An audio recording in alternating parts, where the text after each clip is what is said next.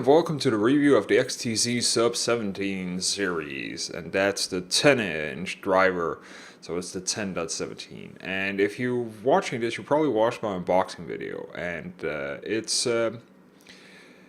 I got this here, and I'm gonna tell the story again. I got this here for email that they sent me because I actually own the surround sound set called the XTZ 89, but I don't have actually a subwoofer. So they emailed me about if I wanted to beta test this here, and they made me an offer saying, well, you can buy this pretty cheap, €100 off, and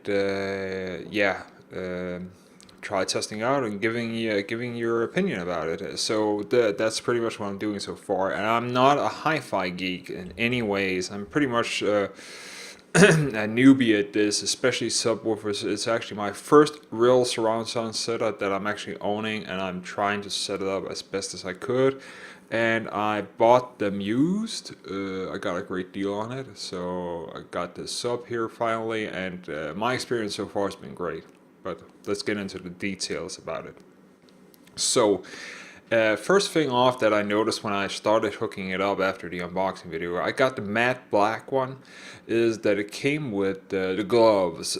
So the gloves actually are pretty handy, and I was thinking it was actually more for the gloss and they just packed it standard in. But after I actually looked at the gloss a little bit more and found out that I been touching it, especially with my fingers here, I actually was leaving stains on it. And you know, from TVs and stuff like that have gloss and stuff and all of that you will leave stains on it. You do the same thing on the matte. So do use the gloves the white gloves you get with the manual. That's definitely a must. You can if you're quick enough, notice it like I did, you can pretty much clean it up so you don't leave any marks. But I've been using the gloves pretty much as soon as I found out, and I have them handy lying around if I want to move it. But I got my setup pretty snug right now, so I haven't moved it around yet after this. And yeah, it's been so far great. Another thing that I want to talk about is that I tried two different setups. The setup that I'm going to show you, which is the setup that I have for my living room, is the one that I'm going with. I'm going to talk a little bit about that later. So, until how I actually configure this stuff here, let's go over to the web page. So, let's get a detailed look at the back. So the back, you can see the cross phase and volume. In the manual, when you actually look at this here, they say if you're using the L and R, the LFE line in, they recommend that you actually, and just a quick note here, and you have what's it called, a receiver, a surround sound receiver that can auto configure with a microphone, actually measure all the speakers. It says that it's best to leave this pretty much at 70, 90 and 0. Just neutralize it, everything. Don't actually move it around. Also, they say that for such a configuration using the LFE, you should take the low pass and turn it off. The equalizer I've left at reference, so to switch upwards here. And yeah, that's pretty much it. I pretty much leave it standard. After I configure, I turned the volume a little bit up because I want a little bit more bass, and it actually gave a great result in my opinion. I'm not gonna actually record anything sound, because even though I record it, you will get a stereo signal. So there's really no reason to do this. I'm just gonna talk about it, and I hope my experience goes across as best as I can, and I hope I can encourage you to either buy it or don't buy it. It's really up to you at the end. So also another thing is that, as you can see, it comes with it needs power, and this here is just to turn it on, but there's actually a power switch here. So this one I had problems with. You can set it to auto. That means after an hour or so, if I remember correctly, or after some time, I think it's 30 to 60 minutes, it will turn off if you turn off automatically, and will turn on again as soon as it receives signal. So the problem with that is my setup is through that receiver, and either my receiver is not powerful enough, and I don't think that's the case. It doesn't actually work. I've had really bad results with this, so I switched over to always on. That means it's constantly on. It's always on, and it will always be active. So that light will be green for you when it's on and auto, and when it's off, it will be red. The problem with this here is if the power goes off, and since this here runs on power and your speakers are not, of course, they're passive. This is an active subwoofer. That means it might actually, and the power comes on, you might actually burn it if you're unlucky. I've had that. I've had power cutoffs here at some. I think it's been 2 times, and nothing has broken so far, but I'm really nervous about this. I'm actually hoping that this here could actually prevent it a little bit, or at least give it an indication on it. So that was pretty disappointing. Also, on another note, the crossover and phases and volumes, they have a different feel on mine. The crossover is really loose. This here, what's it called? This here is actually what's it called? A potentiometer that's inside it, so it's actually a regulating, not current, but a regulating resistor that goes from, let's say, from 10 ohm to 100 ohm. That one is really loose on the crossover and the volume, and I actually thought it was broken, but it's actually really loose. But the phase, and I don't know if it's because on the phase it's a higher resistance potentiometer, but it's really tight. So the feel of it, it feels different. So I was actually thinking, is it broken or something? But that's one of the things that I found with my sub here. It could be different, it could be a malfunction, it could be that maybe, I think there are some lock nuts behind this here that is tightened, maybe not be tightened on the back. I don't know. It works, the volume works, and I think the crossover works also, but it's just something that I noticed on mine. Also, the XLR and pass-through, if you have that, I think it's really up to taste, but they say so far that the XLR balance and the pass-through might be a better choice than this one here, line LFE. But I only have a line in on mine, and I have a Y splitter on it, so mine goes into my receiver only has a single line out into, and I split it up to left and right on this one here. The program port is only for XTZ themselves to program, because this here is an active sub, and the driver in here has some software that it's actually probably some regulation on how it actually reacts to sound coming in. So that's pretty much the back. It's pretty much self-explanatory. The only thing that I was a little bit miffed about is that the cable that comes with this one here is long enough, but it doesn't have ground in it, so it's only 2 pins.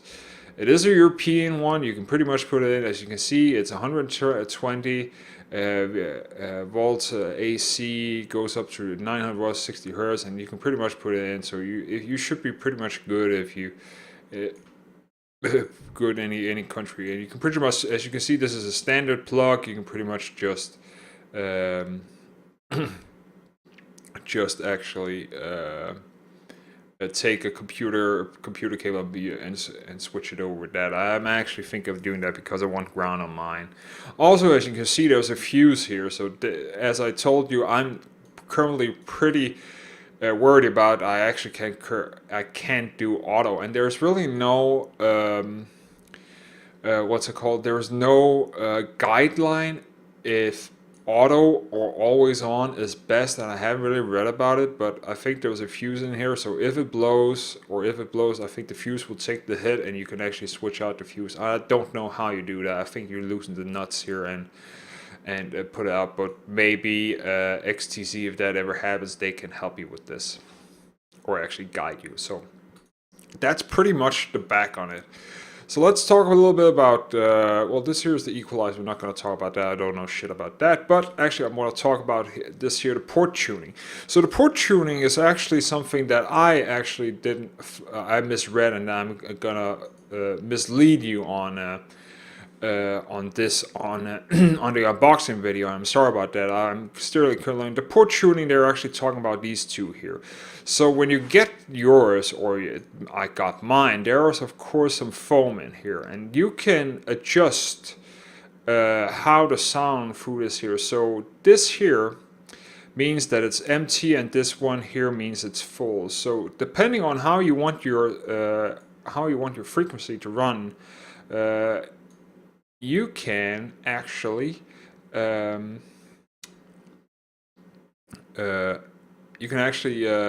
it how you like. So you will get these curves types depending on if you're going you plug your left, or you unplug your right. You plug them both, you get this type of curve, and it says closed and open. So that's pretty much what I did. I actually wanted a more snappy one, so that was actually recommended that you use them.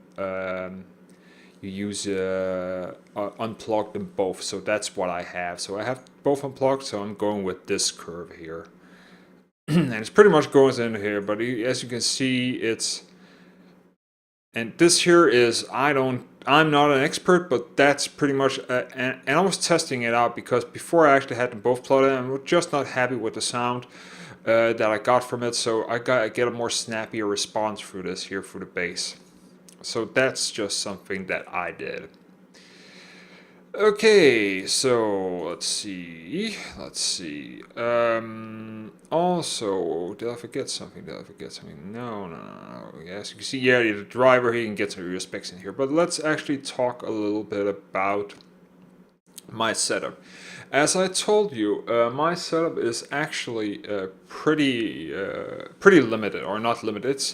I live in a three bedroom apartment, and the living room where I have this setup here is actually part living room, part kitchen. So a part of the living room is an open kitchen, or the kitchen goes into it. So it's actually like a L shape, some kind of it.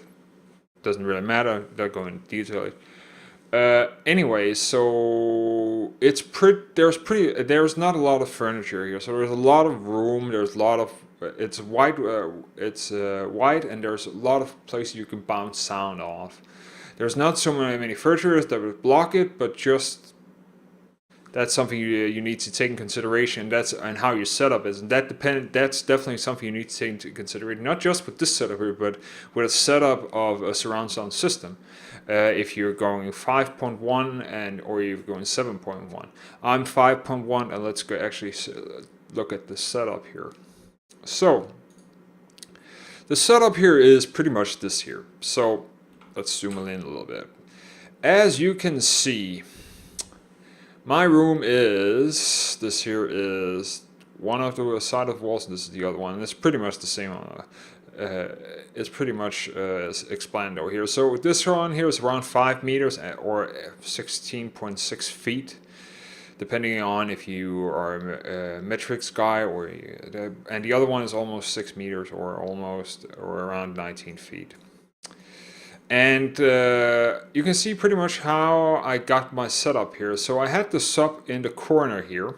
I have my left front, I have my TV, and there's a table on it. It's not floating, it's not hanged up, it's on a table actually. And then you have the right here. Then you have the chair, and the chair is pretty much where I normally sit and watch TV. It's a recliner chair, and that's pretty much where I do my gaming, all that. I have cables running through around here and down here to the back. And you can see the back is here. Here's the left one, and here's the back. There's a sofa here. That's a 3-person sofa, and there's a table here, which is pretty much the same height as the table for the TV. Over here is pretty much where this here. Over here is where there's actually no wall here. There's actually that's where the kitchen is actually.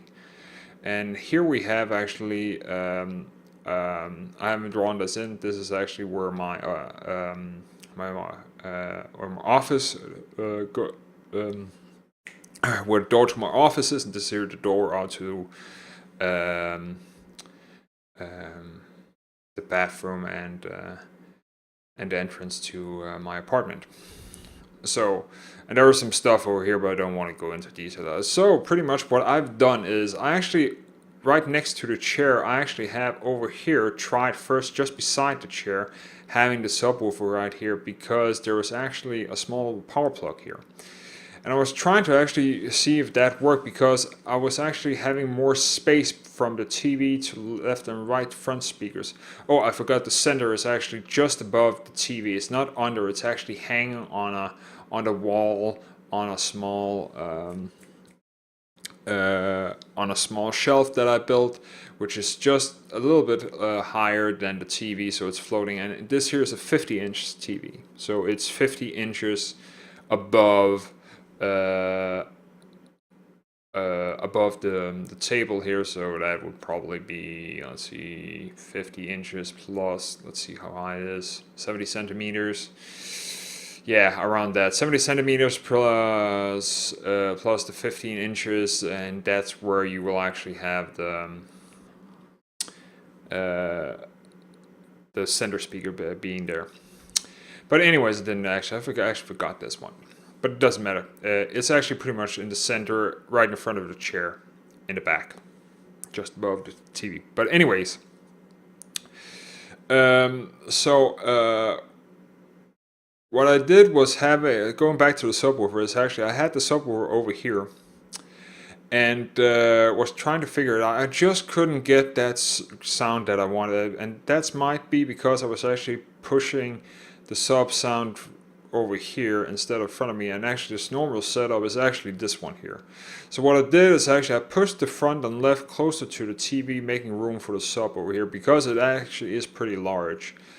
I had power over here because I have cables and all that. My internet comes through over here, so I had that. I set it up, and yeah, and I configure it. So I have a microphone that I plug into the receiver, and the receiver is actually under the TV. It actually is standing on the floor, because it's higher than actually getting into the TV shelf or the TV furniture that I'm using to store my PlayStation and all that, which is my TV stands on. And it's actually larger to fit in some of the shelves, so I actually have it on the floor. But anyways, I plugged it in there, and my center of point for the for measuring is of course where I sit, and that was of course in the chair. And I actually first off put the microphone on the chair and on the neck, so it's around my head / around my ear. That's wrong. And then I left the living room and set it to actually start the calibration. And I did some stuff here. The calibration on the Yamaha 673 is actually pretty good. It will actually tell you if you cross the cables, like for instance, if you for instance have your cable left and right here, and you flipped it around so it's actually polarized here. It will tell you all that stuff. And the sub actually measured, I think the first thing is it was -3 dB. So it was turning it depending on how it were actually setting it up. And I had different results. I actually found the first thing, something was weird, and that's where I was fiddling around with the crossfade and phaser and the volume. Also, I had still at that time low res on, or what was called a the low pass filter on. So I was just getting bad results, and I found out that I really didn't hear the subwoofer at all. And I tried actually going ahead and looking at. I tested with music. I tested it with movies, with TV series, and I just got horrible results. I thought so. I fiddled it around, moved it around, I moved it back and I checked the cables and all that. And finally, after a couple of tries, it actually took me almost a day. I actually got the result that I wanted. I got that real clear surround sound where you actually have the feeling that there is more bass because these front speakers are actually towers. If you look at the 89 surround sound series, it's two tall speakers, which are what's it called? Oh, I lost my train of track here. It's floor speakers. That's the floor speakers. So they're pretty high, not that high. It's around this here, and they got I can't remember. They have a high, medium, and low, and then they have a bass, and also they have one where you can put foam in it. So it actually has a bass in it, and I actually think I have mine plugged, both of them, and left and right. So it actually is basically all ready, and that's why I really didn't want to. When I got this used, I really didn't feel like, well, I don't want to spend money right now on a sub because I want to get a feeling to actually the surround. But after I plugged this one in here, I can definitely feel the difference and hear the difference. I can feel when I hear, for instance, I saw Ant-Man was one of them. And I've seen the Jessica Jones on Netflix. All of them is through the PlayStation app, PlayStation 4 app. I've listened to music through the receiver, different types of music, techno. I've also listened to some metal and stuff like that. And you can. It's not like it's gonna shake your floor. It's more like you're hearing it. You're hearing that deep rumble from it, without being overly excited and moving your shelves and stuff like that. And for me, that's important because, and that's why I try to set it up as getting as much out of the subwoofer. Than actually going ahead and getting complaints from my neighbors because I don't want to. I don't want to get thrown out, and that's one of the reasons why I've been really careful about putting up the volume on the receiver. So that's why I haven't actually pushed the receiver to its limit, and that's why I might think I have issues with the auto power on. But I don't know. I just leave it to turn on. So so far I've been getting great results with it.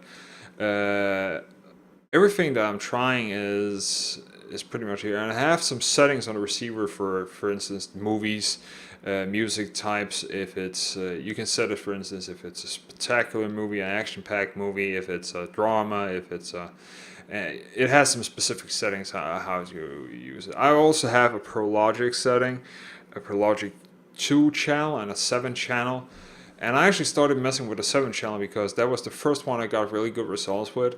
But afterwards, I switched over to actually Spectacular, and on, I think it's on music, I actually leave it to, I can't actually remember what it's actually on. I think it's actually on chamber. It really depends. I switch it around depending on what I listen to because I want, like, for instance, a concert, a live concert in a small club and stuff like that. Depending on what I listen to, it's really hard to tune. It's all about what you need, and of course, a lot of people will say music should not be heard on a surround sound system, and I actually agree with you. I actually think stereo might actually be a better thing, and you can set it to stereo. But I'm just messing around with it, seeing how I could. But for the main purpose of a surround sound system, you're pretty much gonna watch movies, and to me, it's been a blast watching Jessica Jones 5.1. TV series through Netflix, through what's it called, through Voodoo and stuff like that. It's a blast, and I really recommend you actually check it out. And if you have like a way where you can actually test it out, and maybe if you're not happy, you deliver it back for a 30-day return. Check it out. It's a great investment. It's 499 euros. I actually think you could. I do not regret getting this one here, even though I got a little bit cheaper, but I was thinking of getting one anyways. But I'm still messing around with it, getting to know all the stuff. But that's pretty much what I got for it. I actually recommend it. I'm not gonna get any score. I never done that. I'm just gonna say what I actually feel and what what I thought about it. And so far, I've had positive results. So check it out, and please subscribe if you want to. Leave a comment, especially on this one here if you have more experience with it than I have, or actually more knowledge on subwoofer and hi-fi equipment. Please contact me if you want to. Also, like, dislike, whatever you want. So until next time, bye.